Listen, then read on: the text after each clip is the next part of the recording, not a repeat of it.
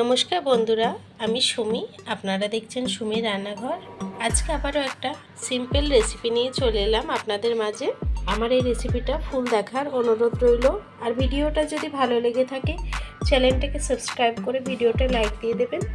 আমার ভয়েসটা একটু সমস্যা হচ্ছে, আমার শরীরটা একটু খারাপ, আপনারা প্লিজ একটু মানিয়ে নেবেন। চলুন তাহলে রেসিপিটা শুরু করা যাক। দেখুন বন্ধুরা, তরকারিটা রান্না করার জন্য আমি একটা কড়া বসিয়ে নিয়েছি। কড়াইটা গরম হয়ে গেছে, একটু তেল দিয়ে দেবো।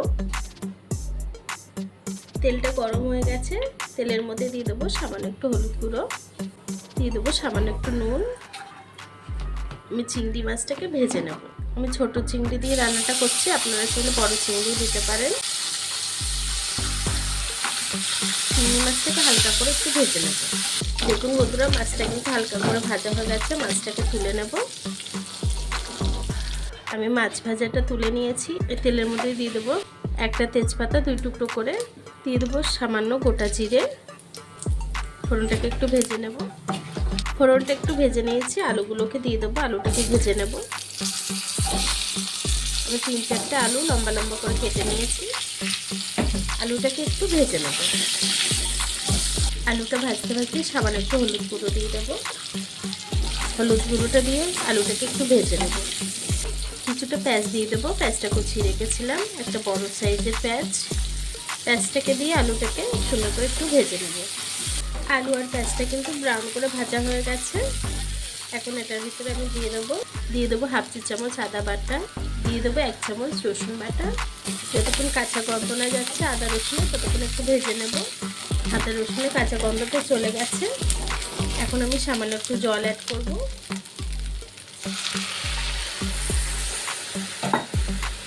গুঁড়ো মশলাটা অ্যাড করার জন্য আমি সামান্য একটু জল অ্যাড করলাম। এখন গুঁড়ো মশলাগুলো অ্যাড করব। দিয়ে দেবো স্বাদ মতো নুন,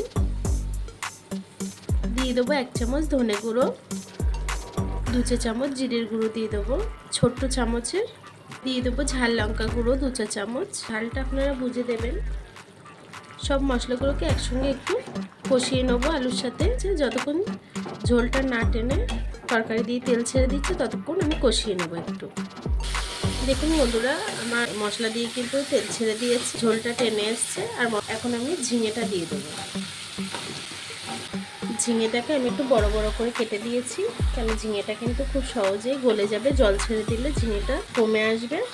আমি এখন ঝিঙে আর আলু দিয়ে সুন্দর করে একটু কষিয়ে নেব। দেখুন বন্ধুরা, আমার ঝিঙে আলুটা কিন্তু কষানো হয়ে গেছে। আমার ভয়েসে একটু সমস্যা হচ্ছে, আমার শরীরটা ভালো না, তার জন্য প্লিজ একটু মানিয়ে নেবেন আপনারা। ঝিঙে আলুটা কষানো হয়ে গেছে, জল দিয়ে দেব।